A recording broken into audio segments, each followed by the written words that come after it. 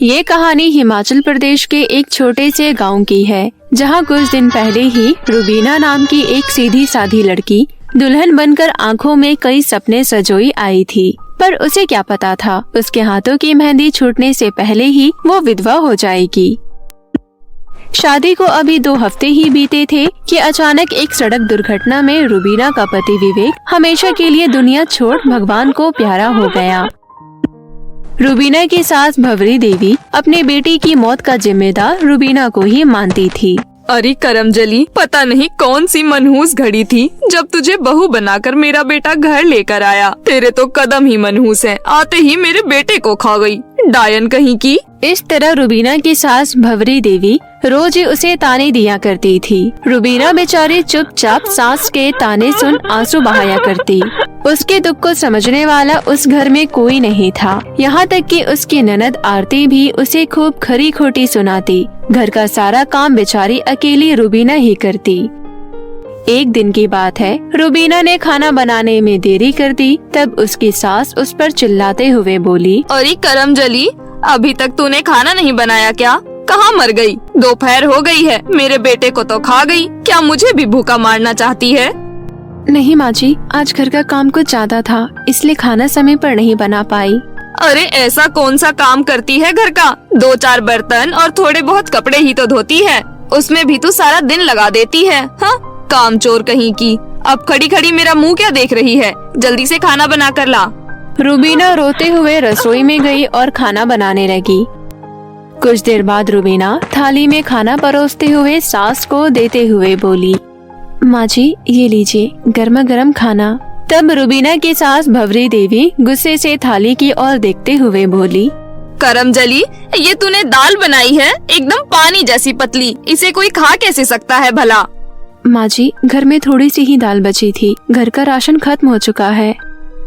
क्या कहा?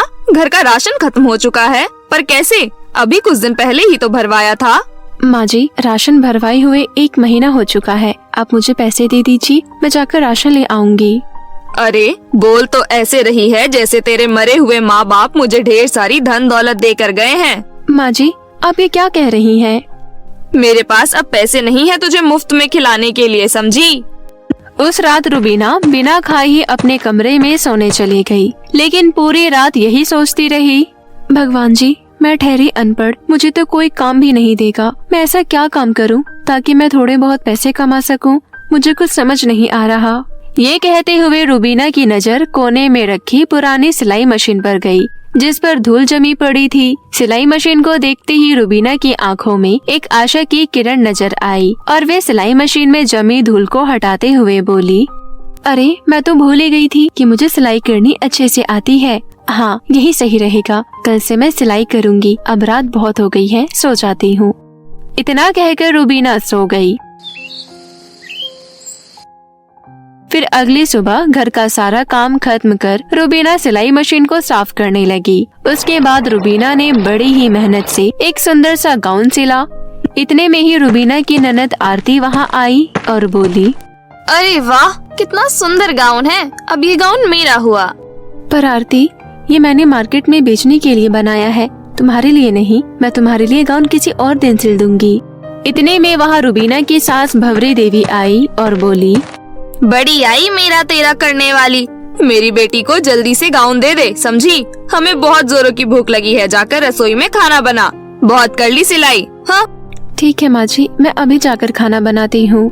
खाना बनाकर रुबीना घर पर रखे कपड़ों से सुंदर सुंदर ड्रेस सिलने लगी। जब ये बात आस पड़ोस के लोगों को पता चली तो वो रुबीना के पास कपड़े सिलवाने आने लगे। धीरे धीरे ये बात गांव में फैल गई और गांव के सभी लोग रुबीना के पास से सिलाई करवाते। रुबीना कपड़े सिलकर अच्छे खासे पैसे कमाने लगी, लेकिन सारी सिलाई के पैसे उसकी सास भवरी देवी उससे छीन लिया करती। लेकिन रुबीना कुछ नहीं कह पाती। ऐसे ही कुछ दिन बीत गए।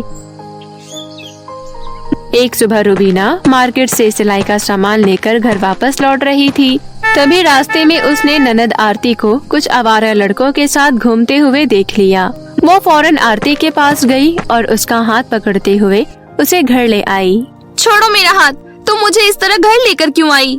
तुम्हें तो अपनी पढ़ाई पर ध्यान देना चाहिए और तुम आवारे लड़कों के साथ मौज मस्ती कर रही हो, तुम्हें शर्म आनी चाहिए। तुम होती कौन हो मुझे ये सब बोलने वाली? मेरी मर्जी, मैं चाहे कुछ भी करूं, और आइंदा से मेरे मामले में दखल दिया तो मुझसे बुरा कोई नहीं होगा। दोनों की कहा सुनी सुनकर भवरी देवी कमरे से बाहर आई और बोली, क्या हुआ आरती बिटिया, तुम इतने गुस्से में क्यों हो? तुम तो कॉलेज गई थी ना? माँ, इससे कह दो मेरी लाइफ में इंटरफेयर ना करे, अपने काम से काम रखे। माँ जी, दरअसल आरती आवारा लड़कों के साथ घूम रही थी। वो मेरे कॉलेज के दोस्त हैं, समझी, और वो बहुत अमीर खानदान के हैं। अरे करमजली, मेरी बिटिया के अभी मौज मस्ती करने के दिन हैं। तू होती कौन है उसकी खुशियों के बीच आने वाली? मेरे बेटे को तो खा गई, अब मेरी बेटी की खुशियों पर नजर लगा रही है। अपनी मनहूस शक्ल लेकर चली जा यहाँ से। सास और ननद की जली कटी रुबीना अपने सीने में दबाए हर दर्द सहकर अपने दिन काट रही थी। सुबह जल्दी घर का सारा काम निपटा कर रुबीना कपड़े सिला करती, वहीं उसके सास भवरी देवी सिलाई के सारे पैसे तो छीन लिया करती और रुबीना को एक समय का ढंग का खाना भी खाने को नहीं देती। एक दिन की बात है। आज तुझे सिलाई के कितने पैसे मिले? ला, सिलाई के सारे पैसे मुझे दे दे। माँ जी, मैं दिन रात इतनी मेहनत करती हूँ और सिलाई के सारे पैसे आपको दे देती हूँ, लेकिन अब से मैं आपको सिर्फ आधे पैसे ही दिया करूँगी। क्या कहा? आधे पैसे? मुझे क्या तूने भिखारिन समझ रखा है? आजकल तेरी जुबान ज्यादा ही चलने लगी है, जब से सिलाई करने लगी है। याद रख, ये घर मेरा है, मुझे पूरे पैसे चाहिए। नहीं माँ जी, मैं आपको पूरे पैसे नहीं दूंगी, मुझे अपने भविष्य के लिए कुछ पैसे जोड़ कर रखने हैं। क्या कहा?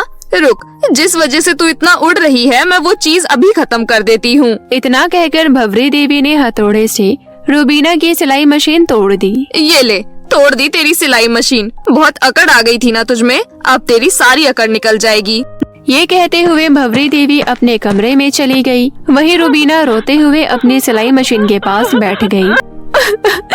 भगवान जी, मुझे किस गुनाह की सजा मिल रही है जो आप मुझे इतनी बड़ी सजा दे रहे हो? आप मुझे अपने पास बुला लो, मैं अब और ये सब नहीं सह सकती।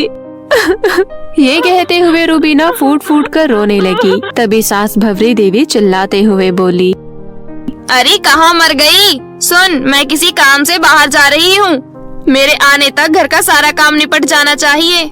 ऐसा कहकर भवरी देवी बाहर चली गई। वहीं रुबीना अपने कमरे में उदास बैठी हुई थी। तभी दरवाजे में किसी ने दस्तक दी। दरवाजे पर एक बूढ़ी औरत खड़ी थी। रुबीना ने अपनी आंखों के आंसू छुपाए दरवाजा खोला। तब बूढ़ी औरत बोली, बेटी, मैं बहुत दूर से आई हूँ, चलते चलते बहुत थक गई हूँ, क्या मैं यहाँ थोड़ी देर विश्राम कर सकती हूँ?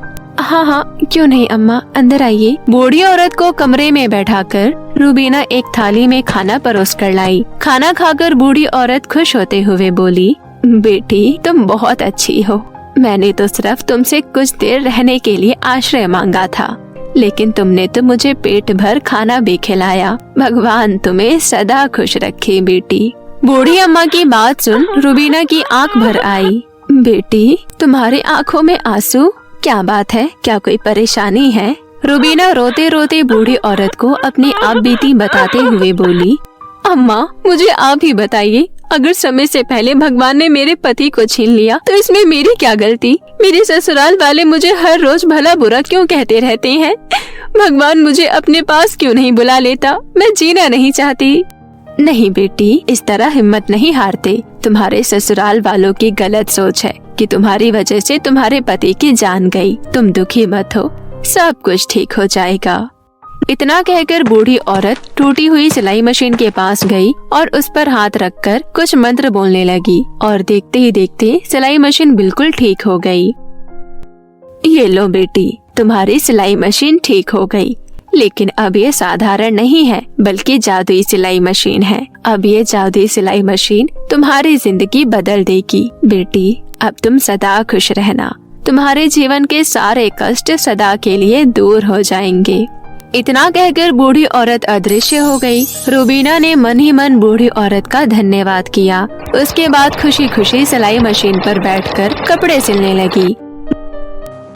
कुछ देर बाद जब भवरी देवी घर लौटी और रुबीना को कपड़े सिलते हुए देखा तो गुस्से से लाल होते हुए बोली, करमजली, लगता है तेरे पास कुछ ज्यादा ही पैसे आ गए हैं, तभी तो दूसरी सिलाई मशीन उठा कर ले आई। लेकिन मैं तुझे अब सिलाई करने बिल्कुल नहीं दूंगी। रुक, मैं अभी तेरी ये मशीन भी तोड़ देती हूँ। इतना कहकर भंवरी देवी ने हथौड़े से जैसे ही जादुई सिलाई मशीन पर वार किया, तभी जादुई सिलाई मशीन से तेज रोशनी बाहर आई और भंवरी देवी को तेज बिजली के झटके लगने लगे और वो दर्द से चिल्लाने लगी। चीखने चिल्लाने की आवाज सुन आरती दौड़ती हुई रुबीना के कमरे में आई और बोली, माँ तुम ठीक तो हो ना? क्यों री, तुम मेरी माँ को नुकसान पहुँचाना चाहती है?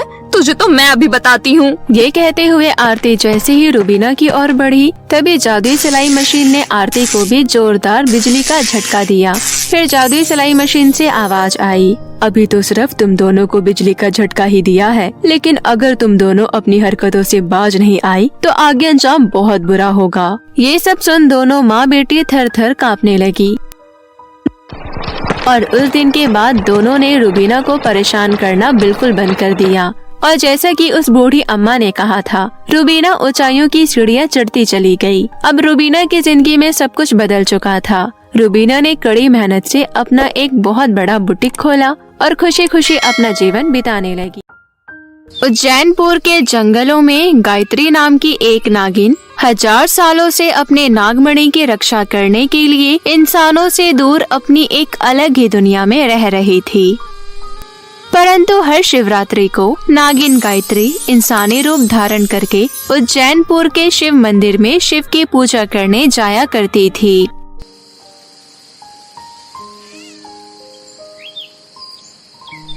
इसी तरह एक बार महाशिवरात्रि के अवसर पर नागिन गायत्री शिवजी की पूजा करने के लिए शिव मंदिर में जाती है और शिवजी की पूजा करते हुए बोलती है, हे भोलेनाथ, आपके द्वारा दी गई शक्ति नागमणि की रक्षा करते हुए मुझे 1000 वर्ष से भी अधिक हो गए हैं। आप अपना आशीर्वाद मुझ पर हमेशा बनाए रखिएगा ताकि आगे भी मैं नागमणि की रक्षा कर सकूं। गायत्री शिव जी की पूजा कर ही रही होती है कि तभी उसे एक छोटी बच्ची के रोने की आवाज सुनाई देती है, जिसके बाद वो इधर उधर नजरें घुमाती है। वो देखती है कि मंदिर की सीढ़ियों पर एक छोटी सी बच्ची है जो बहुत रो रही है। गायत्री उस बच्ची को तुरंत गोद में उठा लेती है और मंदिर के पुजारी के पास जाकर बोलती है, पुजारी जी, ये बच्ची किसकी है? इसको किसने इस तरह मंदिर की सीढ़ियों पर लिटा रखा है? क्या आप जानते हैं इसके माता पिता कौन हैं? नहीं बेटा, मैं इसके माता पिता को तो नहीं जानता, लेकिन वो जो भी है बड़े ही निर्दयी हैं। इतनी प्यारी फूल सी बच्ची को यहाँ छोड़कर चले गए। इतनी नन्ही सी बच्ची को कोई कैसे छोड़ सकता है? बेटा, आज के समय में लोगों को देवियाँ सिर्फ मूर्ति के रूप में ही अच्छी लगती है। अगर वही देवी उनके घर पर कन्या बनकर जन्म ले ले तो वो उनके लिए बोझ बन जाती है। पुजारी जी, क्या इस बच्ची को मैं अपने साथ ले जाऊं? क्योंकि मैं जंगलों में अकेली रहती हूँ। अगर मुझे इसका साथ मिल जाएगा तो मेरा जीवन भी खुशहाल हो जाएगा। हम दोनों एक दूसरे का सहारा बनकर रहेंगे और मुझे भी इस बच्ची की माँ बनने का सुख मिल जाएगा। शिव की सबसे बड़ी भक्त नागिन अगर इस बच्ची की माँ बनना चाहती है तो भला मैं उसे रोकने वाला कौन होता हूँ? इससे मुझे कोई आपत्ति नहीं है बेटी। ठीक है पुजारी जी, आज से इस बच्ची की जिम्मेदारी मेरी। मुझे तुम पर पूरा भरोसा है बेटी कि तुम भले ही इस बच्ची की सगी माँ ना हो, परंतु सगी माँ से ज्यादा प्यार करोगी। गायत्री उस बच्ची का चेहरा देखती है और बहुत खुश होती है और वो उस बच्ची का नाम पार्वती रखती है और उसे अपने साथ जंगल में ले आती है, जहाँ वो अपनी शक्तियों से एक नया घर बनाती है, जिसके अंदर बच्चे की सुख सुविधा का और जरूरत का सारा सामान होता है, जैसे खिलौने, पालना और ऐसी बहुत सारी चीजें।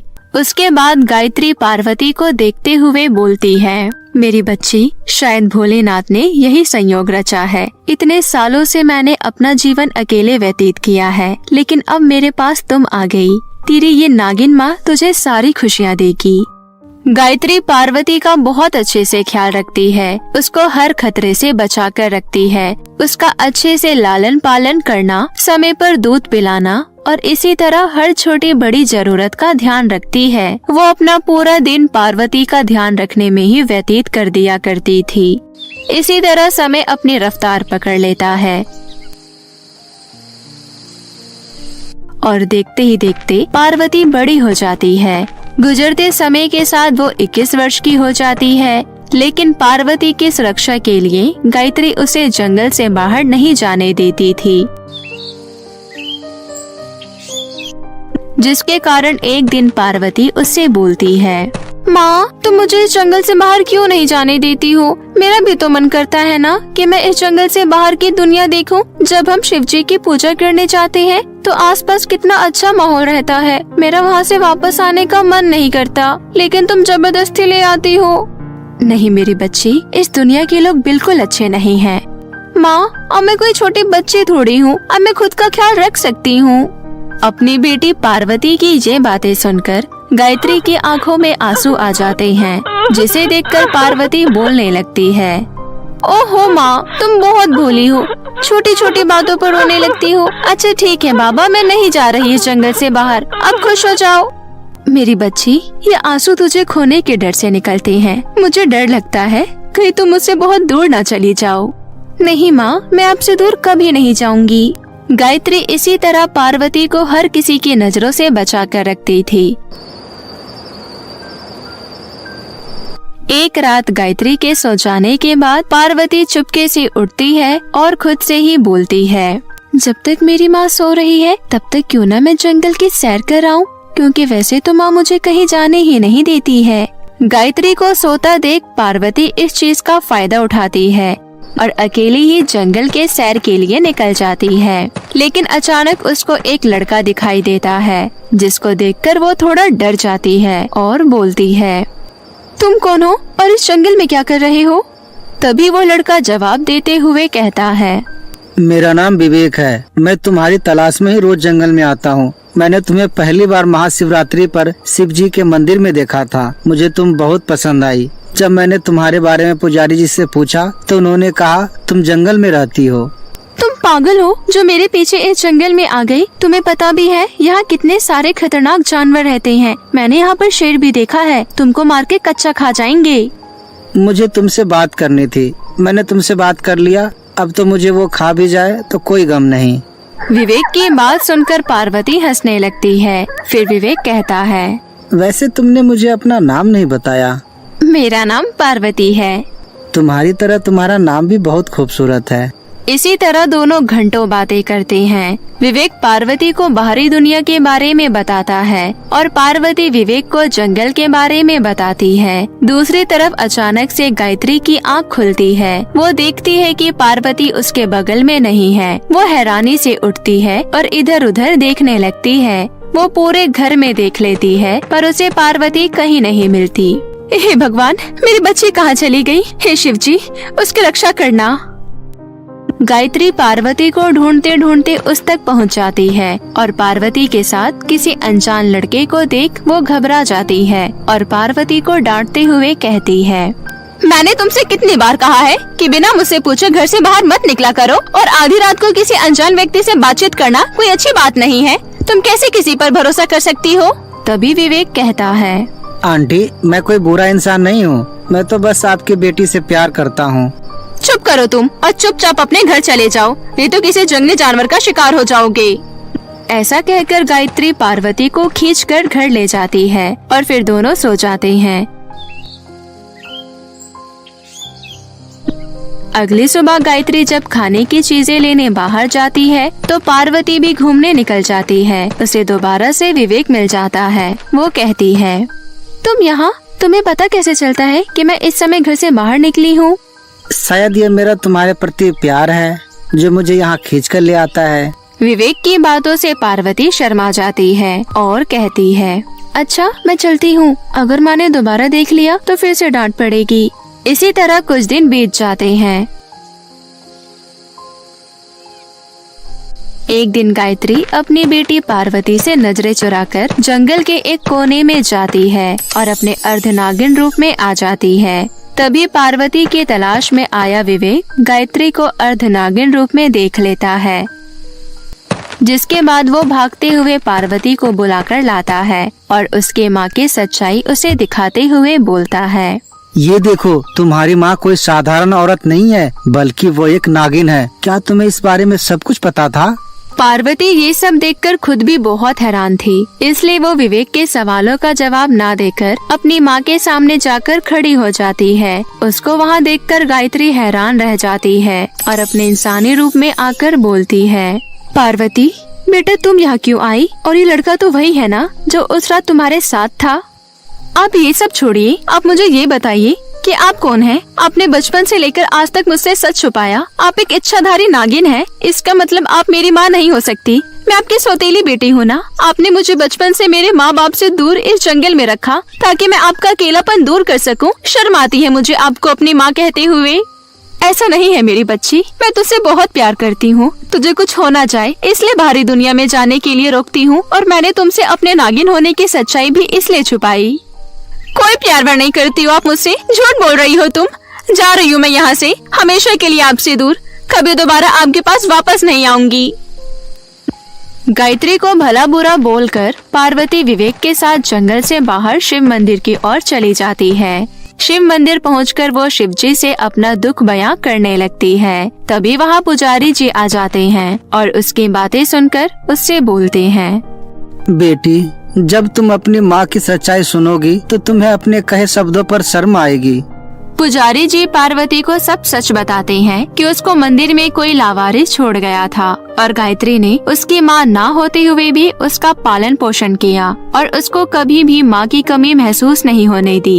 ये सब सुनकर पार्वती और विवेक की आंखों में आंसू आ जाते हैं, जिसके बाद पार्वती बोलती है, जाने अनजाने में मैंने माँ से ना जाने क्या क्या बोल दिया। उन्होंने तो आज तक मुझे हर खतरे से बचा कर रखा, कभी मुझे अकेला नहीं छोड़ा, और आज मैं उनको ही अकेला छोड़कर आ गई। नहीं, मैं अभी जाकर अपनी माँ से माफी मांग लूंगी।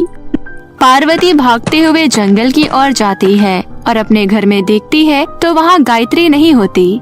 हर जगह ढूंढने पर उसे गायत्री एक गुफा के आगे बैठकर रोती हुई दिखती है। पार्वती तुरंत उसके पास भागकर जाती है और माफी मांगते हुए कहती है, मुझे माफ कर दो माँ। मुझे पुजारी जी ने सब कुछ बता दिया कि किस प्रकार आप मुझे मंदिर से उठाकर लाई थी। मुझे माफ कर दो माँ। आज के बाद मैं आपको छोड़कर कहीं नहीं जाऊंगी। गायत्री पार्वती को गले से लगा लेती है। वादा करो, आज के बाद मुझे छोड़कर कहीं नहीं जाओगी। पार्वती गायत्री से वादा करती है कि वो उसे छोड़कर कभी नहीं जाएगी। उसके बाद गायत्री को पार्वती और विवेक के प्यार के बारे में पता चलता है तो वो उन दोनों की शादी करवा देती है। फिर वो तीनों जंगल में ही अपना जीवन हंसी खुशी व्यतीत करने लगती हैं।